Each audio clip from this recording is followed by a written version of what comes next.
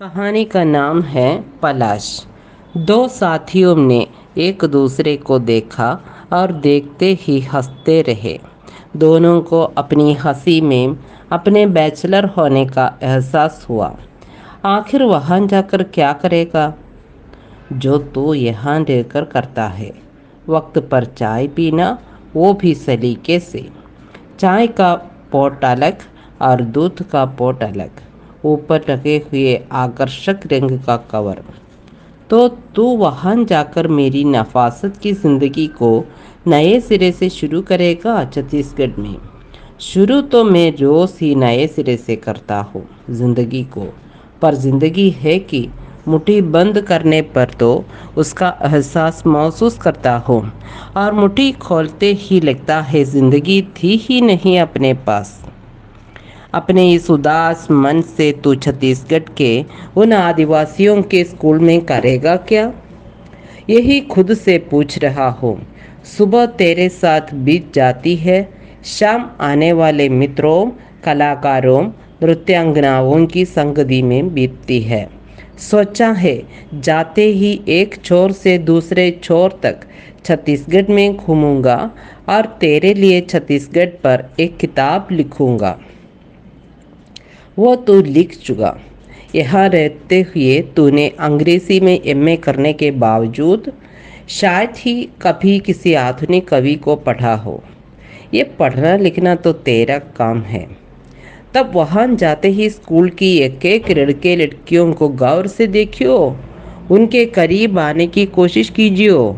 हाँ, अपने सफ़ेद पोश मध्य वर्ग के फ्रस्ट्रेशन को यहीं दफना के तब उनसे बातचीत कीजियो। चारों ओर घना जंगल, जंगल के कुछ दरख्त पहचाने हुए हैं। जब नहीं पहचान पाता हूँ तो किसी शिष्या से पूछता हूँ उसका नाम, और नाम जानने के बाद लगता है शुरुआत बुरी नहीं हुई। वो सांवली लड़की अपनी चमकदार आंखों से एक बार दरख्त को देखती है, एक बार पैंट और बुशर्ट पहने हुए अपने खुशमिजाज अंग्रेजी के लेक्चरर को। फिर वह हंसती है और प्रोफेसर जी से पूछती है, सर मेरा नाम भी है? हाँ, पेड़ों का ही नहीं, सड़क का, आदमी का, चिड़ियों का, यहाँ तक कि जानवरों का भी नाम होता है। तुम्हारा नाम कल क्लास में जब रजिस्टर पर हाजिरी लूँगा तो पता लग जाएगा।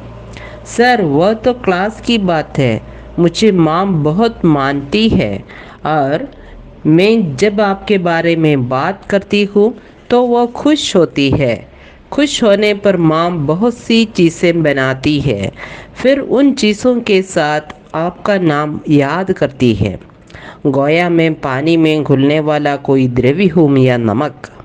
सर अगर आप घूमते हुए मेरे घर तक चले तो माम आपको रास्ते के सफ़ेद झंडे और पीले झंडे और जाने क्या क्या बताएगी, और उस समय उनकी आंखें में कहानी कहने के पहले की हालत में तारों की तरह अंधेरी रात में चमक उठती है। तुम अपनी माम को बहुत गौर से देखती हो? देखती ही नहीं सर, वह सुबह शाम मेरे लिए ही सारा घर संवारती है, फिर एक कहानी शुरू करती है, और मैं जब हंस पड़ती हूँ तो कहती है, अच्छा ये कहानी तू सुन चुकी है। तुम्हारी कहानी क्या है जिसमें तुम माम से अलग कॉलेज और इस जंगल में अपने बारे में सोचती हो? सर ऐसे तो इस जंगल में अनगिनत कहानियाँ हैं। कितने ही लोग मेरे साथ आए और मारे गए, कितनों ने घर और शादी के बने बनाए घरौंदों को तोड़ा, और बाद में वह खुद उस चिड़िया के घोंसले की तरह खाली रह जाए जहाँ चिड़िया बच्चों को जन्म देती थी, सेती और छोड़ जाती थी। क्या तुम शादी को व्यर्थ का खरौंदा मानती हो? पता नहीं व्यर्थ का है या कुछ समय के सुख का, पर शादी जिंदगी के ठहराव, डर और दहशत की कहानी है। जितना ही अपने साथियों को देखती हूँ, सहेलियों को देखती हूँ, उतना ही उनके साहस पर सोचती रह जाती हूँ। वो साहस न उनके जीवन में कोई बदलाव लाता है, न शादी के पुराने रीति रिवाज में कोई परिवर्तन ला सक पाता है। मैं उत्तर प्रदेश से आया हूँ। वहाँ तुम्हारी उम्र की लड़कियाँ शादी का सपना देखती है और उसके बाद घर की चार दीवारी के भीतर रोज आत्महत्या करती है। पता नहीं सर, आप पहले आदमी हैं जिनसे मिलकर मैंने उत्तर प्रदेश के पढ़े लिखे लोगों के बारे में एक कल्पना की है। बच्चों को पेंटिंग करते हुए देखा है कभी? देखा क्या है, मैं बचपन में पेड़ों की और माँ की तस्वीरें बनाया करती थी। तुम्हारे जीवन में या माँ के जीवन में कौन से ऐसे क्षण हैं जिन्हें सुख का क्षण कहा जाएगा? सर, बहुत कठिन है सुख के क्षणों की तलाश करना या उसे मानना कि वह सुख है। कोई अच्छे खानदान का लड़का या एक बावला गिटार बजाता हुआ युवक एक क्षण को अच्छा लगता है, वो क्षण सुखद होगा नहीं कह सकती। पर सर, आप घर चले, माम आपको बहुत अच्छी कोको पिलाएगी। एक दिन आऊँगा, तुम्हारी माँ से बात भी करूँगा। अभी तुम्हारे सिर पर जो एक लाल गुच्छों का फूल है, जिसकी गहरे रंग की हरी पत्तियाँ हैं, उसका नाम बताओ। मैंने भूटान में फिर नेपाल में इस लता को बार बार देखा है। तुम्हारा जो भी नाम हो, तुम्हें पहली बार देखकर ये लता, इसकी चौड़ी पत्तियाँ तुम्हारी आंखों की तरह याद आई थी। सर, मेरा रंग ज़रूर इन पत्तियों जैसा गाढ़ा है, पर मेरा नाम इस लता के साथ आप कभी याद नहीं करेंगे। इस लता को हमारे यहाँ सुखा देते हैं और पत्तियाँ जानवरों को खिला दी जाती है। फूल टूटकर खुद हवा में उड़ा करते हैं। मेरे नाम को आप इस तरह याद न करें।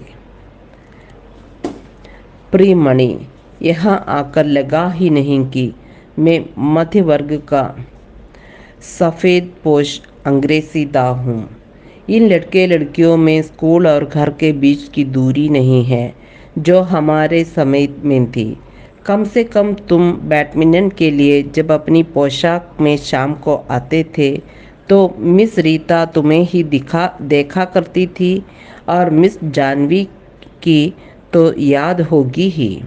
दोनों तुम्हें मात देने के लिए कितनी तैयारियां करती थी। यहाँ खेल के नाम पर क्रिकेट है, और जो केवल नाम का ही है। न अच्छे बैट है, न बॉल, न ही फील्ड। बस बच्चों के लिए एक खुला मैदान और अंधाधुंध गेंद से खेलना। 6 महीने के अंदर ये लगता ही नहीं कि छत्तीसगढ़ में मैं बाहरी हूँ। जबकि अभी कल बॉम्बे की एक खबर पढ़ी कि शिवसेना ने गैर मराठियों को वहां से बाहर निकल जाने का आदेश दे दिया है। शिक्षा में यहाँ भी बिहारी और छत्तीसगढ़ियों में एक लाग डाट है, पर जो तुमने असम में देखा और मैंने भी यहाँ टीवी पर देखा है, वैसी नफरत की आग यहाँ दबी दबी उच्च वर्ग में ही है। अगर नौकरी या सुविधा की लड़ाई होगी कभी, तो हम बाहरी व्यक्ति किसी में नहीं रहेंगे। न नौकरी पेशा शिक्षक, न संस्कृति कर्मी। फिर सोचता हूँ तुम संसद का चुनाव हारने के बाद क्या अपने शहर में उदास नहीं हो?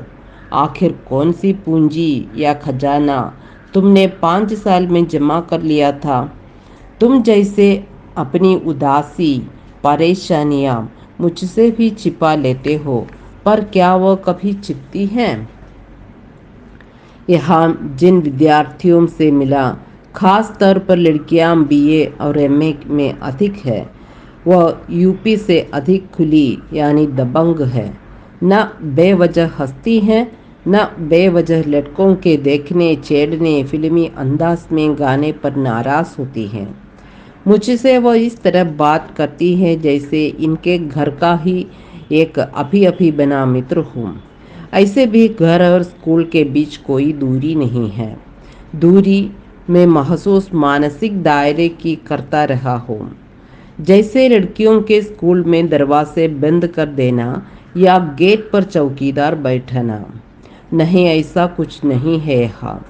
खास तौर पर जो आदिवासी लड़के लड़कियां हैं वे खाली पीरियड में अक्सर अपने गीत गाते हैं, अपने लहजे में मुझे उसका अर्थ बताते हैं और हर बार एक करीबी रिश्ता हमारे भीतर बन जाता है। हाँ, गरीबी हर दर्जे की है यहाँ। मैंने किसी लड़के और लड़की को नई शैली या कट की पोशाक पहने नहीं देखा। लगता है घर जाते ही एक कपड़ा धो लेती हैं, लोटे या किसी बर्तन से उस पर आयरन करती है। हाँ, हर लड़के या लड़की को मैंने फूल से पहचाना है। कान पर जूड़े में कई गाढ़े रंग के फूल मैंने देखे हैं। सच पूछो तो उस समय ये पूरा स्कूल फले हुए पलाश की तरह लगता है। एक दिन एक लड़की से लाल रंग की लता पर पूछ रहा था और लगा ही नहीं कि वह मुझे कुछ जानकारी दे रही हैं। ऐसे ही उनके घर अक्सर चला जाता हूँ, वे ले आते हैं, मेरे साथ चाय पीते हैं। सुबह घूमने निकलता हूँ तो जंगल के किसी भी हिस्से में कोई लड़का या लड़की या उनका परिवार मिल जाता है। फिर सुबह उनके घर से कुछ न कुछ खाकर ही आना पड़ता है। तुम होते तो यहाँ की राजनीति के बारे में कुछ जानते या जानना चाहते। ऊपर से यहाँ की राजनीति उसी तरह लगती है जो संपन्न वर्ग का खेल हो। जैसे हम तुम ब्रिज खेलते थे, वे राजनीति का सट्टा खेलते हैं। उनके लिए राजनीति पैसे का खेल है। तुम भी शायद हमसे अगर खड़े होते तो हारते तो निश्चित ही, पर तुम्हें यहाँ प्यार करने वाले बहुत मिलते। एक दिन दो लड़कों को लिखते हुए देखा तो उनके पास बैठ गया। पता लगा वे कहानियाँ लिखते हैं। फिर मैं उनकी कहानियाँ पढ़ने लगा। धीरे धीरे शाम को जब घूम कर आता तो चाय की दुकान के आगे बेंच पर जो लड़के लड़कियाँ मिलते वे खुले दिल से अपनी कहानी कविता मुझे सुना देते। शायद तुम्हारे साथ मैंने कुछ अच्छी रचनाएं पढ़ी थी। यहाँ लगता है अनुभव से भरे पूरे हैं ये लड़के और लड़कियाँ। अनुभव भी गरीबी के हर दबाव का। हर समय शाम को तुम फिर भी याद आते हो। तुम्हारे हाथ की नई पुस्तक, बगल में मिस रीता या मिस जानवी, पर तुम्हारा हर काम तो सलीके से होता है। यहाँ ऐसा कोई सलीका नहीं है। कहीं जंगल में शराब बनाई जाती हैं देसी, और वहीं बैठ जाते हैं लोग इत्मीनान से। हमारी तुम्हारी तरह सभ्यता यहाँ शाम की शराब की महफिल में नहीं है। कोई अंतर्राष्ट्रीय बातचीत भी नहीं होती है हमारी तुम्हारी तरह। कल जब मैंने एक युवक से पूछा, असम में जिस तरह छात्रों ने जीते जागते बिहार के इंसानों को जला दिया था, तुम्हें कैसा लगता है? सर, जब अपनी ज़मीन छीन ली जाती हैं या उस पर कब्जा कर लिया जाता है तो दिल एक जैसा रोता है। मैं तो उनके लिए भी दुख से भर गया था। आखिर वे नौकरी की तलाश में ही तो गए थे। सर, मेरा भाई सेना में है, भूटान में। अगर भूटानी उनसे नफरत करने लगे तो इस देश का क्या होता? मैंने उससे तो कुछ नहीं कहा, पर मुझे लगा मैं भी तो अपने घर गांव शहर को छोड़कर नौकरी की तलाश में बहुत दिनों तक तुम्हारे पास रहा। फिर गुजरात, उड़ीसा, मध्य प्रदेश में भटकता ही तो रहा, पर मुझे हर जगह अपनी तरह के इंसान मिले जो साथ में बैठकर सत्तू खाते थे, भूजा भून कर खिलाते थे, और जब कपड़े सीने बैठता था तो कोई मेरे हाथ से कपड़ा छीनकर सिलने लगता था या लगती थी। जो लोग दिल्ली में तुम्हें खोजकर अपना समझते थे, आज वे तुम्हारा चेहरा देखकर मुंह घुमा लेते हैं, जबकि वो जानते हैं कि तुम किसी से कुछ मांगने नहीं जाओगे। यहाँ तक कि कॉलेज से खाली होते ही मिस रीता अगर न भी आए तो तुम उन्हें बुलाने नहीं जाओगे। मिस जानवी तुमसे अपनी सारी बातें कह देती हैं। आखिर तुम्हारी वजह से ही वो रीजनल इंस्पेक्टर हुई। पर तुम तो अपने में मस्त हो और यहाँ मैंने भी अपनी खुशी के हर क्षण खोज लिए हैं। जानते हो, कल एक सखन पेड़ को देख रहा था, वहीं पर बैठना भी चाहता था, तभी वह लड़की मेरे सामने आई और मुझे देखती रही। फिर मेरा हाथ पकड़कर पूछा, आखिर अकेले क्यों बैठे हो? मैं कुछ कहूँ इससे पहले ही उसने खुला प्रस्ताव मेरे सामने रख दिया कि माँ और मैं दोनों आपके साथ रहना चाहते हैं। मेरे साथ। मैं थोड़ा दुचित्तेपन से उसे देखता रहा। वो हंसी, हाँ, मैं आपसे शादी करना चाहती हूँ। अब बताओ इस खुलेपन का क्या जवाब दूँ? मैंने कहा, हम लोग एक दूसरे को कुछ और टटोल ले, परख ले, इतना समय तो दो मुझे। वह खुलकर हंसी और मुझे सचमुच जंगल के हंसते हुए पलाश याद आ गए। ये जो खत लिख रहा हूँ वह भी पलाश के कारण। वह रोज़ मेरी टेबल पर आकर कहती है, तुम कुछ भी लिखो, मैं पढ़ना चाहती हूँ। और मैं तुम्हारे साथ का चुप्पा इंट्रोवर्टेड इंसान आज पलाश के साथ रह रहा हूँ। रह मैं ही नहीं रहा हूँ, उसने ही स्कूल के पास एक नई झोंपड़ी बनाई है। माँ ने जाने कैसे फूलों के पौधे लगाए हैं। बाहर से ही मेरी झोंपड़ी एक आकर्षक कॉटेज लगती है। अब तुम कभी भी आ सकते हो। पलाश तुम्हें तुम्हारी ही रुचि की चाय पिलाएगी, उतने ही सलीके से जैसा तुम्हारा आज तक का टेबल मैनर रहा है।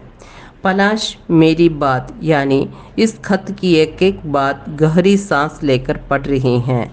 उसकी आंखें और सांस बता रही हैं कि वह तुम्हें यहाँ अपने घर में कितनी जिद्दत के साथ देखना चाहती है।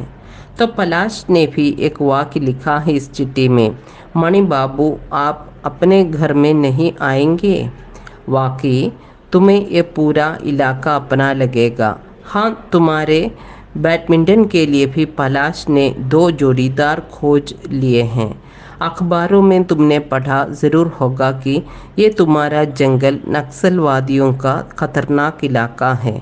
पर मुझे तो अपना एक भी विद्यार्थी या शिष्या कहीं खतरनाक नहीं लगती।